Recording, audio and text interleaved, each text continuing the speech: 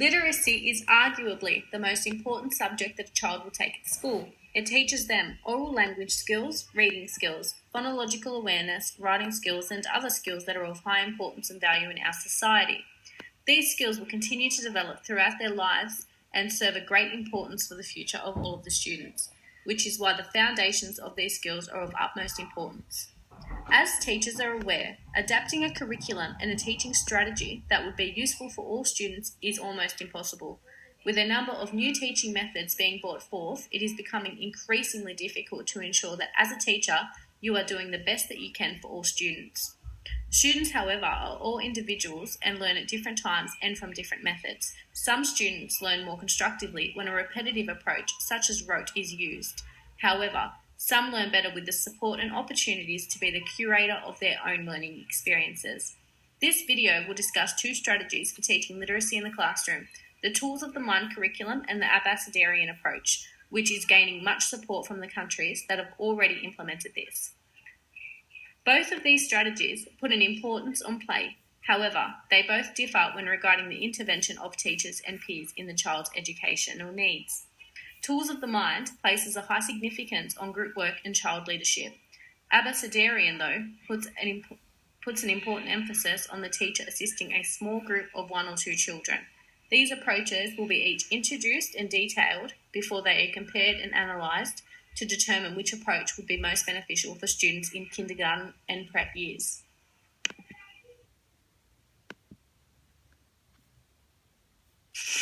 Tools of the Mind is a complete maths and literacy curriculum that was developed based on KIeran principles as primarily for the usage of preschool and kindergarten age students.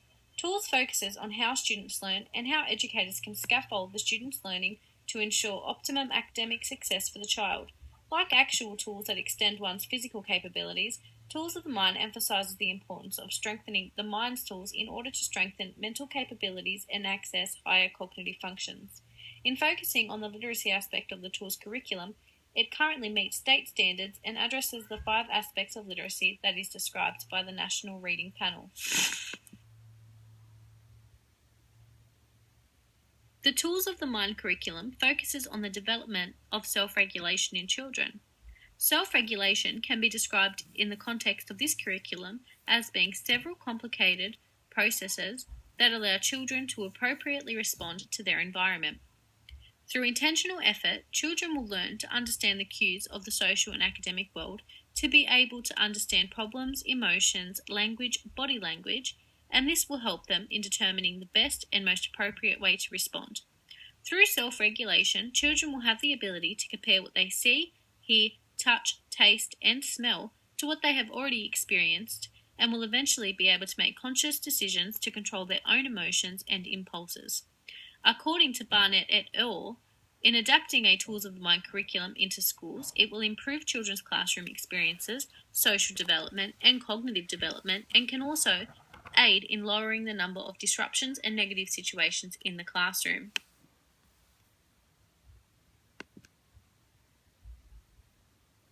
Tools of the Mind has the primary focus of improving the higher cognitive functions of children through a play-based approach and intentional scaffolding by educators.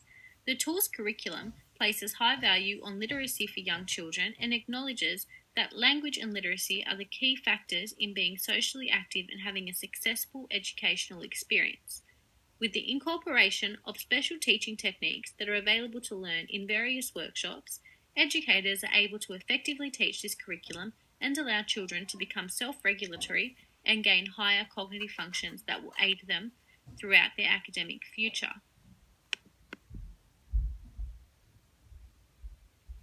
Vygotsky is an important figure of education, and his theories and findings are still at the forefront of modern educational practices and beliefs. He put forth many ideas and findings that changed the way teachers practiced. His findings include the importance of appreciating and building upon a child's prior knowledge and experiences, and how this recognition can benefit the child's learning experience and their peers' learning experiences as well. He claims that children construct their own knowledge within social settings, and a teacher can extend this knowledge by giving children the right tools. These tools can include many hands-on activity opportunities in the classroom and asking prompting and probing questions to the child to ensure that they are aware of the learning that is occurring. The most important of Vygotsky's ideas, however, is the zone of proximal development. The ZPD suggests that children have two levels of performance, one being the level that they are able to achieve independently, and the other is the level that they can achieve with assistance, and in between these levels is the zone of proximal development. Vygotsky claims that a teacher can scaffold their teaching practices in order to allow the students to strive towards having the ability to complete difficult tasks independently. In adapting this curriculum, the teachers, students, and classroom undergo drastic changes. The teacher allows a significant amount of child leadership and contribution to the lessons.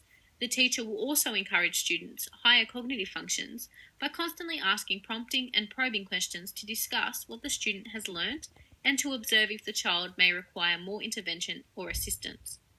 In preschool and kindergarten, there is a large emphasis on symbolic and imaginary play, and it will often be integrated into the daily lesson plan for upwards of an hour at a time. Symbolic and imaginary play occurs when the children dress up or use props to participate in a scenario where they have different roles and responsibilities and they will act it accordingly. These roles can be shopkeepers and customers, fairy tale drama, acting out a book that they have read, or even acting out different animals. They can also engage in buddy reading, which requires two students to participate. One child will read the story while the other is the listener, and then they will switch. These activities, whilst great for language development, is also important in developing a socially aware and conscious child. Don't forget that we're still in our grocery theme, so let's see what Miss Kavanaugh's message is going to be for you today. All right, you know all of our tricks from graphics practice. Yes, lollipop. Lollipop. Arms, very good. A bowl. Raindrops. Grass. Very good. How about this? Triangle.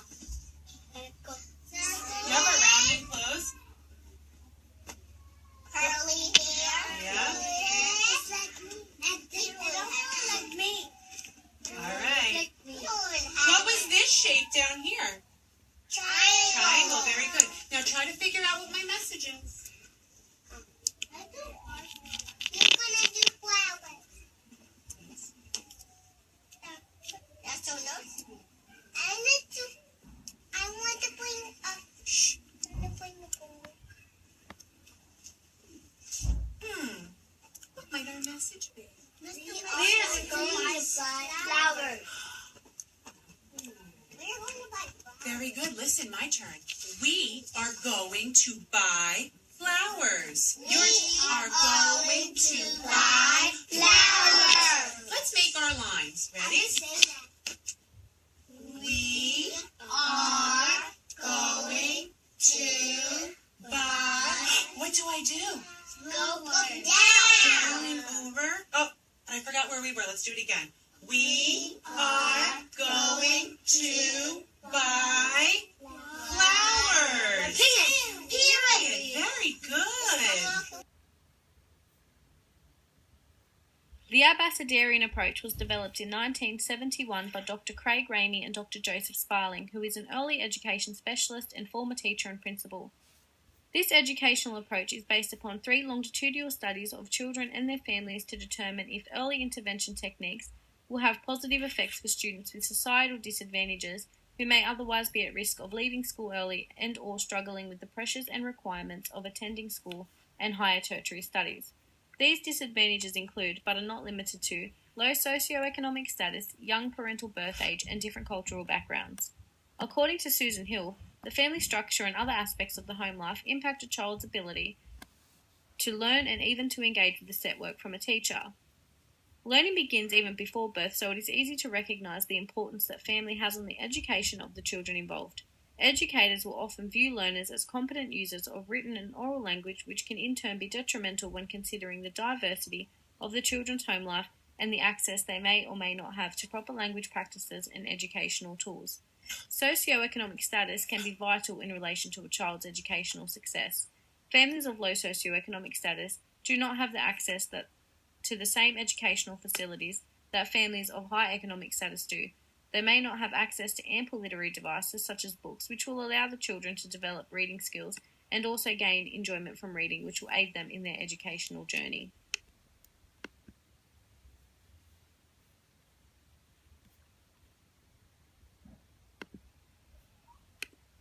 Understanding the differences of children's family life and culture is important as a teacher. It allows us to alter our pedagogy in order to create the best educational outcomes for each individual child. The Abecedarian approach to teaching literacy aims to support each child in learning, and it puts an importance on the equality of education for all. The key principles of this teaching approach are enriched caregiving, which encourages the teacher to care for the child in almost the same way as a parent would. They are required to quickly respond to upset children and listen intently when a child is speaking to them.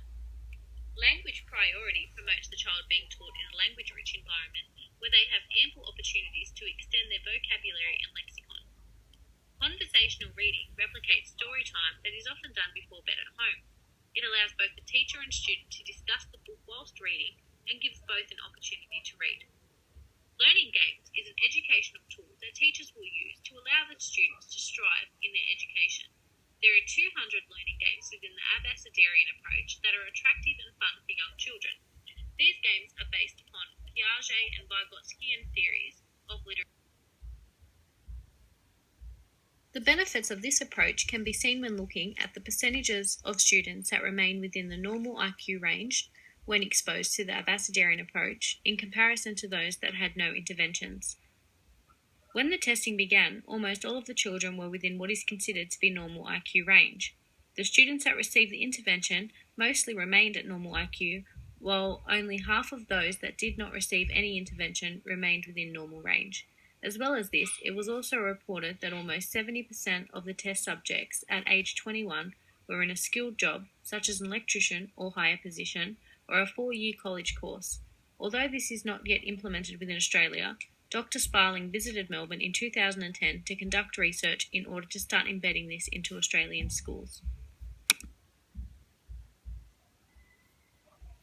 This video depicts the conversational reading aspect of this approach. Within the classroom, it will become apparent that a teacher is using the Abecedarian approach if they are spending one-on-one time with the child, and if they are engaging them with games, and explicit and intentional teaching practices will also be used.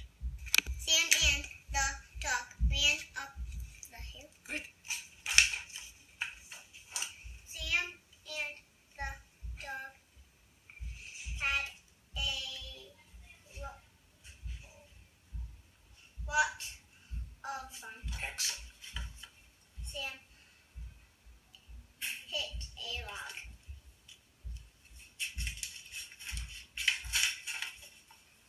Sam cannot run.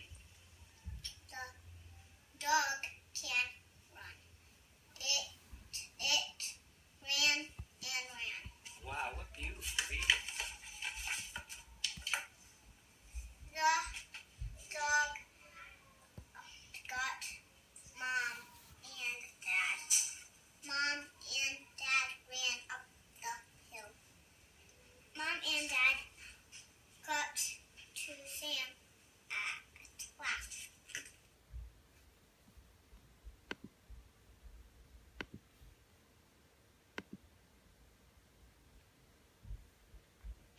Both of these approaches have been proven to be beneficial for the education of young children. They both find literacy to be of high importance in creating better opportunities for the child's future, and they both suggest that it is also of great importance in all stages of their education. They both agree that the family of the child are of great importance in the foundational development of adequate literacy skills. However, they disagree on the social impact of learning from peers. While the tools of the mind promotes group work and the ability to learn from peer groups, the Abecedarian approach puts greater emphasis on the relationship between the child and teacher or other adult figure. It claims that one-on-one attention is most beneficial for the child, and putting great effort into developing sound relationships is of top priority. Although this would be appropriate for perhaps a childcare setting where there are numerous staff members that are able to have one-on-one time with children, When school begins, and it is usually one teacher to 25 to 30 students, it becomes quite difficult. There is no denying the benefits of the Abecedarian approach and how it can be used as an intervention method for young children to ready them for school. They also need to be prepared for the social aspects of the classroom, which I believe that the Tools of the Mind curriculum accomplishes. The students will need to learn to work together and realise that other students will also need the teacher's attention, but the Abecedarian approach does not recognise this need the way Tools of the Mind so excellently does. In saying that, however, a teacher will work at a wide range of schools and will need to use strategies from many approaches depending on the situation. Thank you for watching.